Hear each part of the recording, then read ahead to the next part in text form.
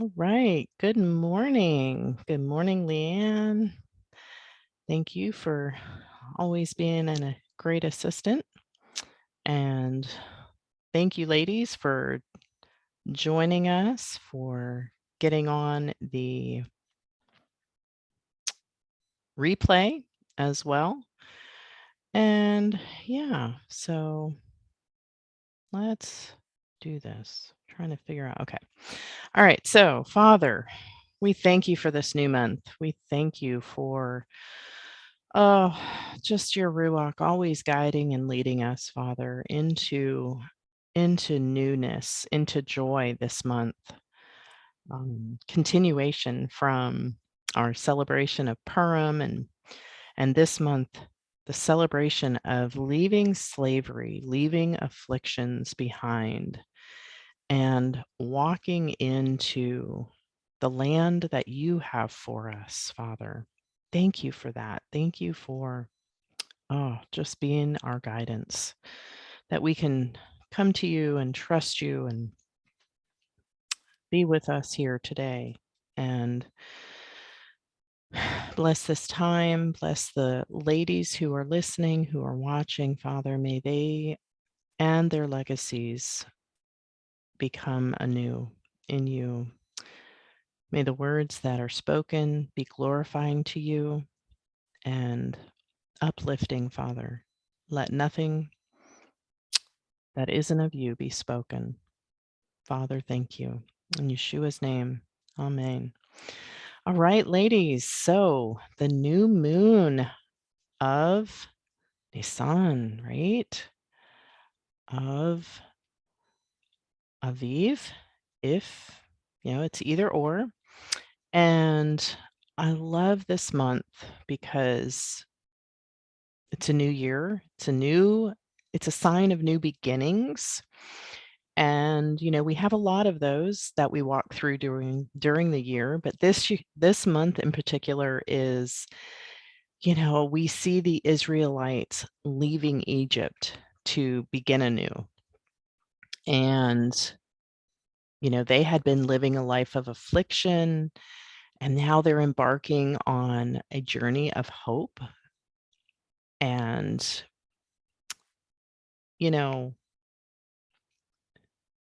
that's beautiful. We get to see this from forward, looking back. And,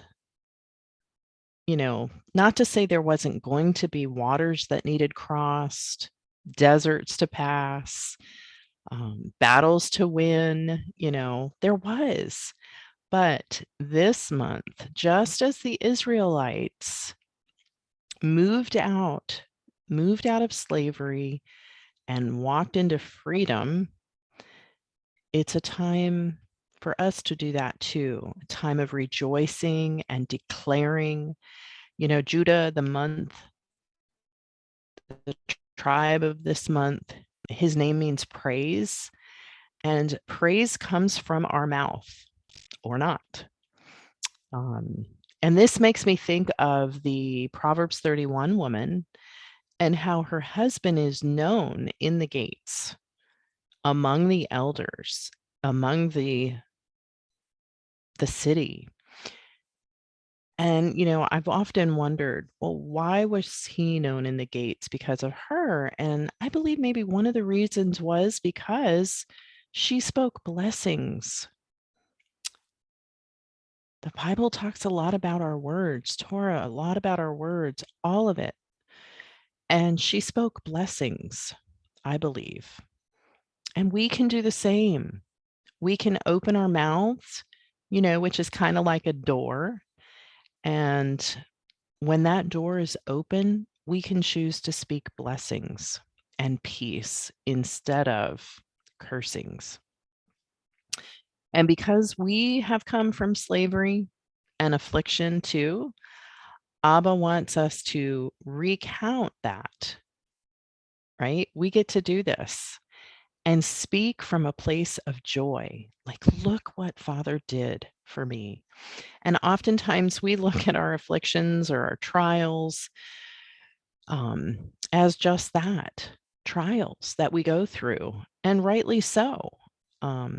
Affliction isn't necessarily peaches and cream. It's just plain hard. And I believe Joseph understood that when he was in Egypt, the land of affliction. We know it now, right? And I'm sure we'll all agree that that land of affliction was both physical and spiritual too. And it's an Egypt now, a spiritual Egypt now. We understand this. And I sense that, I eat the bread of affliction every day sometimes with all that is literally being filtered out of my senses. One of the reasons we eat matzah now for the Feast of Unleavened Bread is to be attentive to the affliction or the filtering out of that, of things that rise up in us. And it's for 7 days. And I love the way Keisha Gallagher says that eating the bread of affliction or matzah for 7 days, that we are literally, figuratively dedicating our temple to the Father by eating a whole complete week of matzah. Wow, I love that. And so we see Yeshua say to the crowd, it's not what enters the mouth that defiles the man, but what proceeds out of the mouth that defiles the man. And even though we eat this bread, unleavened bread, all week, if we're not clearing the leaven out of our hearts, what comes out of the heart is what comes out of the mouth. And that's, eek. As we see Yeshua continuing to say, but the things that proceed out of the mouth come from the heart. And those are what defiles a man. From out of the heart comes evil thoughts, murders, adulteries, fornications, all those things, false witness, slander. A lot of those have to do with our mouth. And so he also says, don't speak that.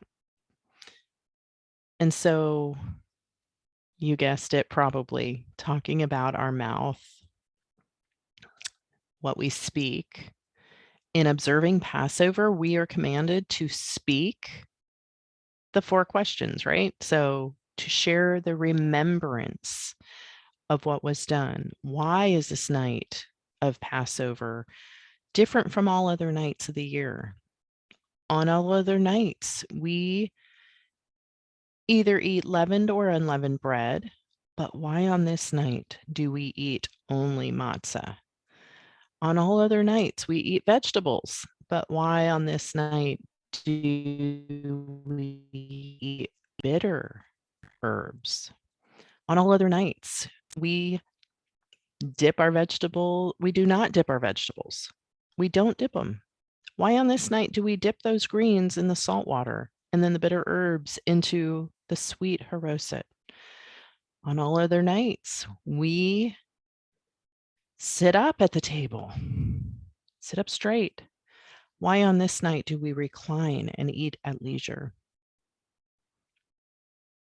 Because we're called to remember and share the goodness. We're to communicate this in a way that as if we were back there, we were back at that Exodus, because we've all had an Exodus. In a spiritual sense, when we come to know him, we are constantly exiting those things that once were, that kept us in bondage, in the afflictions, in the stuff. Now, with this, we're asked over and over again to share our testimonies, because what we speak is a testimony, right? Without grumbling. Abba asks us to do it all without murmurings, disputings. That why? We may be blameless and harmless we may be the sons of our Father without rebuke in the midst of a crooked and perverse nation. And we got a lot of that, right? We got a lot of that. So that we can shine in the world. When we speak joy, we speak love, we are shining as that bright light that he asks us to. Now, murmuring in Philippians, I looked that up because we all are like that. We like to look up the meanings. And so in Blue Letter Bible, it says a secret debate. Do you ever have a secret debate? Or it even means secret displeasure, not openly said. And we saw that when the Israelites grumbled, they got a lot of quail. It's a lot. We see we see in John whisperings going on. We see neglect of widows. We see hospitality too. So we see all these things that can be complained about. And then disputing in that scripture, the thinking of a man deliberating with himself, a thought, inward reasoning, a question about what is true. And we are to test everything against the word. And Yeshua speaks to us, continues to speak to us in the Gospels because he perceived their thoughts and he continues to perceive our thoughts that came from their heart, that comes from our heart. And over again, he speaks to them about that. Now, speech also means leadership in Hebrew, and we can lead people in two different ways. We can speak blessings or cursings. We can lead people with words of, even unspoken words.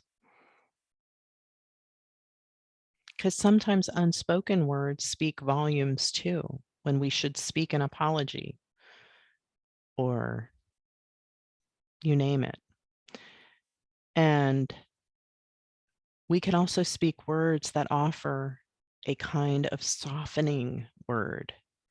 Questions can go unanswered as well, and leaving us with many uneasy thoughts. So we can speak words of thankfulness versus discontentment. We can speak, or we can grumble and dispute and ruin our testimony, or we can speak those words of blessing and look at what Father's done for us.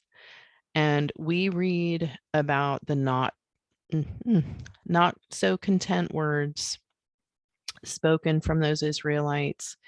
And, we on this side of history can go, why? Why did they want to complain? They were just taken from slavery. But for me, I've had him speak to me and say, I just did this for you, and you have the nerve to complain? Oh, or be unthankful? And that drops me to my knees when I hear that because I'm like, you're right. You're right. And we know that Paul admonished, right? He says, do all things without grumbling or disputing. Grumble, to complain in a surly manner, mutter, if ever remember your kids walking away, grumbling, mumbling, muttering, their discontentment. Mutterings can be expressions of pain, dissatisfaction, resentment. Murmur, that can be indistinct. It can be a whisper or a confidential complaint. Oh, you know, We don't want to be there. It means to complain in a childish fashion. And aren't we children of Yah? So why are we whining, complaining, about the weather, our car, our job, what we have, what we don't have, our spouse, our child, cleaning, time, friends. And I find it interesting that, the first mentions of affliction are connected to children, which is fruit, usually their physical birth. And I don't know about you, but at the time of affliction, I'm probably not thinking, oh, yay, this is nice, this is favorable. Yet most afflictions result in favorable outcomes, such as children being born, a new life, new joy. And, we call that leaving Egypt as a deliverance, right? The children of Israel were delivered. And we can see that affliction became abundance, became joy and delight, became perseverance and proven character and eternal glory. The main reason for affliction seems to be for deliverance from Egypt. And it is for us today too. And from enemies bringing us up, you know, enemies who come against us, whatever our mind tells us that enemy is. And that deliverance is to bring us up to the Father, to the land, flowing with milk and honey. Well, what is that today? Freedom, joy, redemption and deliverance restores us. And I think about Shabbat in the sense of redemption. Plays a big role in my redemption and deliverance. It restores me. And we get to do this every week because I get to rest in the joy of Father. And now I'm not minimizing that life deals us plenty to whine and complain about. And let me tell you, I can find myself right there in the midst. And I think to myself, when I realize that I'm there, I am wearing myself out. I am wearing myself out. And when I'm in that space, in that headspace of whining and complaining about whatever's going on, world, whatever, I'm like, man, Abba, please forgive me. I'm here again.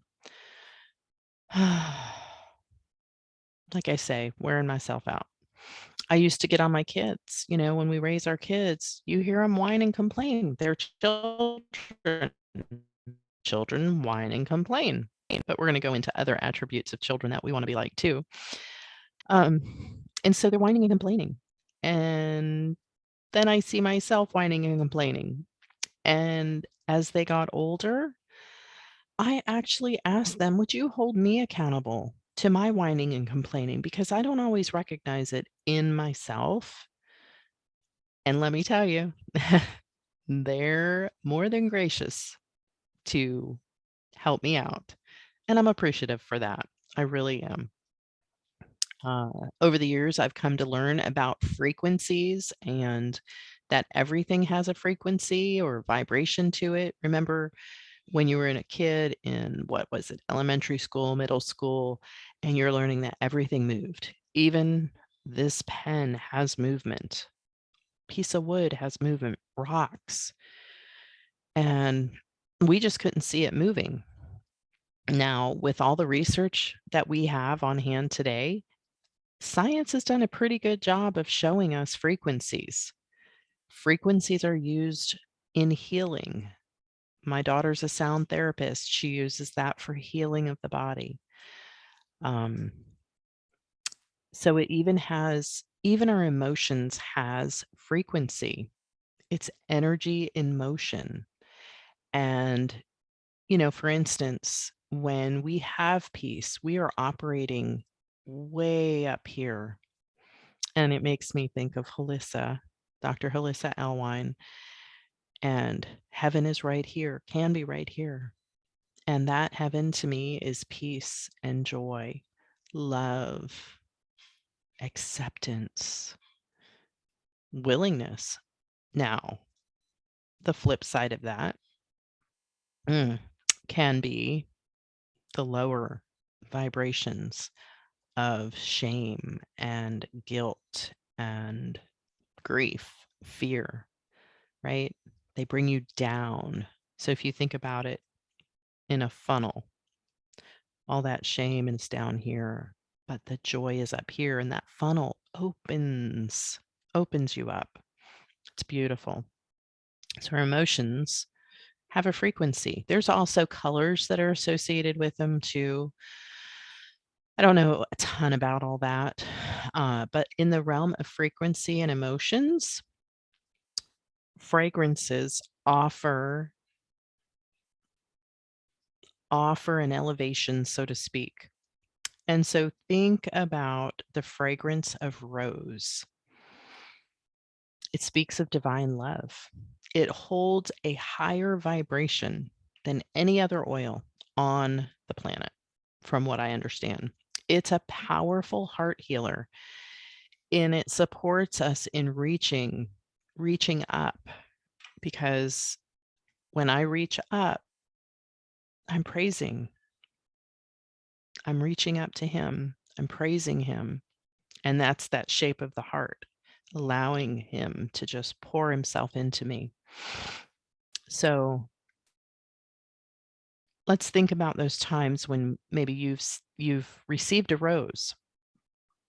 It may have helped you give a little grace because maybe there was an argument with hubby, spouse, friend, child. Maybe you have, there's been lack of communication, and you get a rose. Here, mom, here, hun, here's a bouquet of flowers, and there's a rose in there. What do? Automatically smell those roses. Well, it's because it's a higher vibration, and rose teaches us to give a little grace. It is an intervention in the healing process, and sometimes the giving of roses just helps heal an argument, heal a disagreement, and it softens our heart. I know I always smile when I get one, or some. And, if we can just simply let go and choose to love, we notice that we begin to become wrapped in love, in warmth, in clarity, compassion. Rose invites us to experience an unwavering, unchanging, unconditional love. This love heals hearts and puts a dress on those wounds that we can whine and complain about. It restores us to authenticity and the ability to receive love. And I think of this love as a love that comes from our Father, that we allow or not to flow through us. I worked through a Bible study called Agape Love when I was a first new little believer. And that opened my eyes to Father's love for me. And more importantly, how I can love others. Because I learned what love meant through his word, and then began letting it flow through me. It isn't always easy, I'll be honest, Um, it's not always easy, but it isn't always about me and how I'm loved. Letting it flow through me, it's more importantly how I love others. Allowing him to others when sometimes, I'm having a problem because honestly, sometimes it's just hard. And in myself, I have trouble. I know it's hard to believe. Um, and I wear myself out with it because of where my brain goes sometimes. But when I allow that love of the Ruach to flow by myself, laying down myself, it literally changes my life. And then when I learned of Shabbat and Torah, I began to learn even more about this love that changed my world, changed my world. I knew I was loved unconditionally. In fact, a friend and I were talking yesterday just about how much he loves us, how much our Father loves us. And this love translates into so much more in my life. It helps balance my life. And again, just yesterday with um, my in laws, I'm in Florida now and enjoying family and friends that we haven't seen in a very long time. And we were just talking yesterday about the fact that it's about love. And I said to them, I haven't seen anywhere in the word where it says we're supposed to like others, but we are called to love. Loving can sometimes mean from a distance, and loving the way he wants us to doesn't operate from my emotions, because my emotions can change from the ruach in me.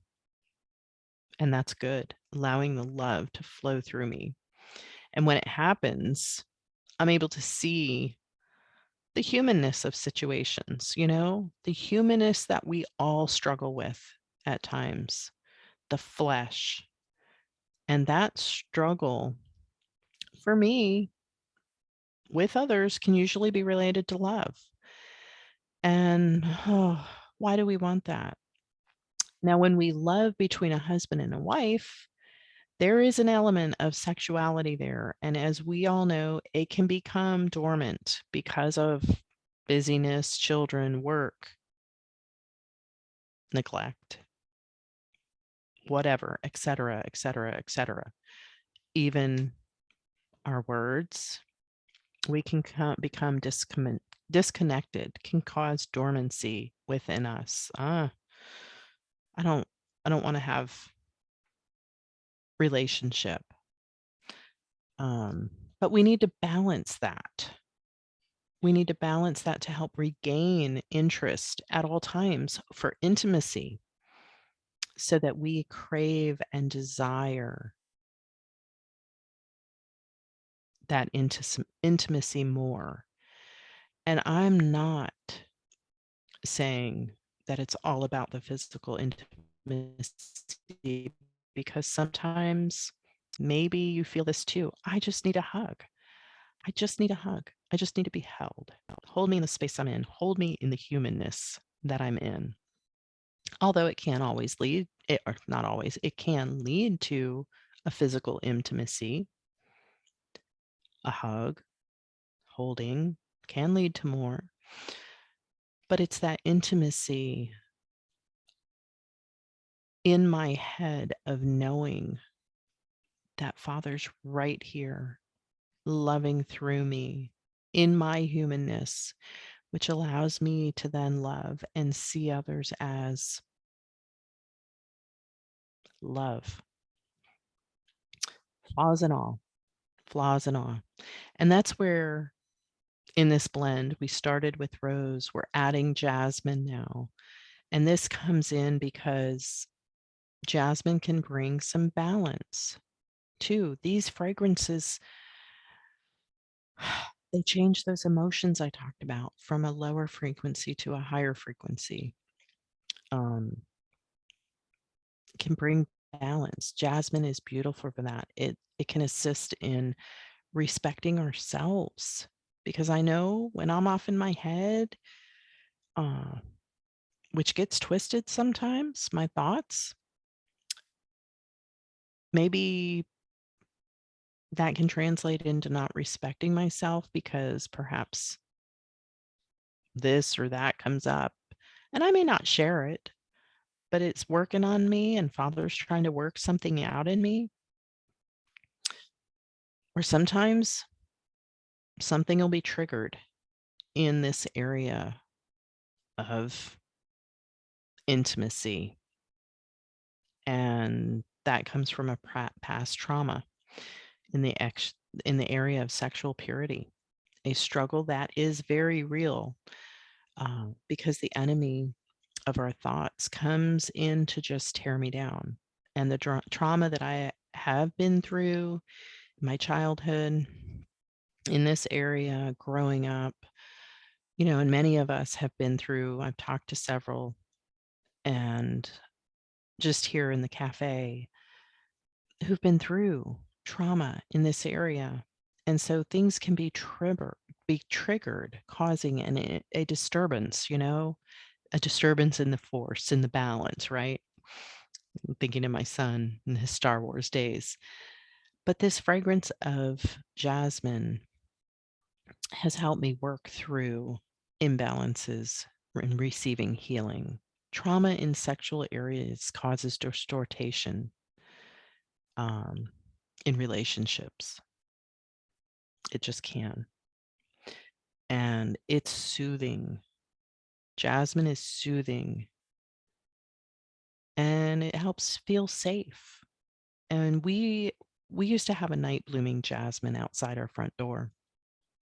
And the fragrance when we had the windows open would just kind of waft in, and we would smell that, and oh, loved it, loved it, loved it. And I mean, it was beautiful. If you've never smelled jasmine, get jasmine, smell it. And I wish I had known back then the emotional level that it changes and brings me to. Um, but I know now, and I know why I loved it back then. And it's because it brings a balance back into that feeling safe with my husband, because we'll be married 35 years. That's a long time to go through a lot of things. And he's had to go through a lot with me and what I had been through. And so working through emotions that cause separation in this area, him helping me feel safe, these fragrances helping me feel safe. And we actually planted a plant, the night blooming jasmine, at our other house right outside the window, so that when the windows were open, when it would be blooming, and if it was blooming, you better believe I opened my windows so that I could smell that fragrance. It's beautiful. So keeping on the vein of, healing and bringing joy, I love to add that ylang ylang to the mix because it helps our heart to continue on its healing journey, to experience all joy that this season has to offer. And I talk a lot about being as a child, right? Allowing our heart to be as the child you once were, um, grabbing hold of your father's hand as he leads you into this new year. Experience your heart of knowing you have been renewed. I encourage you, you've been joining, um, joining him and journeying to the land, to the promised land. Walk in that empowered word of Isaiah 61:1. Spirit of the Lord is on you. I've shared that before. Walk in that. Walk as the children of Israel walked. And I'm thinking of Miriam here and how she had the foresight when she left Egypt to bring her tambourine and dance and sing later on in the freedom story. I believe she had that childlike thinking to just push through and let go and dance as kids do. You know, do you remember, if you have children, older children, when you're Little ones would play dress up and they'd come out and dance around. But we don't do that necessarily today because we're adults. But let's be like those children, like Miriam was. After all, she had seen all that Abba did for her, for them. And if we clearly look back at our lives, I bet each one of us has seen freedoms that Abba has brought us through too. Abba's good like that. He's good. And this is what freedom's about. And so if you need a little assurance, reassurance that you can do that, grab your cassia because that's the next one in this blend because it brings gladness and courage to our heart and soul. I bet those Israelites were a little scared. They had just witnessed a whole lot and now they're leaving what they knew. Perhaps there was a little courage they needed to make the journey. And it's a wonderful remedy for feeling shy and timid too. It helps those who hold back and try to hide. Maybe one of the character traits Abba's working on in you is that whining I talked about or complaining. Um, we all have things we're working on. And when you let go of those things, the past self, allow that joy to bubble up in you. People will notice that, and that's a good thing. Now, of course, I get maybe why you don't want to be the center of attention, but is that so bad if we're giving a testimony of what Father has freed us from, what he's done for us? That doesn't mean we take the center of attention stand. That just means we're bragging on him. It's not about us. So by diffusing cassia and smelling that fragrance, it can restore that confidence. It can let you see your own brilliance and value and potential, assisting you in discovering your gifts and maybe your dance. And that joy, the talents that you have, the joy of redemption that comes out in that dance or comes out in those words, let your light shine and live from your trueness, the joy that he's given. This is kind of similar to Tishri, but this is the new year, the exodus from slavery into joy. And so I like to tie in sandalwood here because of how it assists us with all kinds of prayer and meditation and spiritual worship. And when we've come out of Egypt, at least when I've come out of different Egyptian thinking, so to speak, um, I need a little assistance because things come flying at me and I'm still in my head and I need that quieted. And so it teaches me reverence. Sandalwood teaches me reverence for my Father, that he's done this. It's not been my doing, it's been his doing. And this oil has been used since ancient times for the ability to calm our mind, to still our heart, to prepare us to listen, meditate on what he has to say. And there are times when my mind is racing. I find myself in this loop-de-loo, so to speak, of all kinds of stuff. And I need to get quiet and clear some things so that I can hear him. Because that's my goal, to get quiet, to journal. You're going to want to journal these things because remember, when you smell fragrances, they affect your whole body, mind, spirit. So you're going to want to notice how as things come off of you, the emotions come off of you, wrong thinking, health comes into your body. You're going to want to journal. What physical attributes has happened here? I have less pain in my leg? Huh. So, thinking about those things, journaling about those things, getting quiet enough to meditate on what Father's saying. And, sometimes it's just about letting go of attachments, those dwelling thoughts, and placing them on the altar of sacrifice so that I can truly progress spiritually to the next thing that Abba wants to work on in me. It's a never ending cycle. And I love how we have so many resources to assist us, like different devotional materials, teachings that are focused, we can find on YouTube or podcasts here in the Rooted Cafe. But man, sometimes I just need to lay all of that down on the altar because I literally can drive myself crazy. Crazy. I can get quiet enough when I put these oils into my diffuser.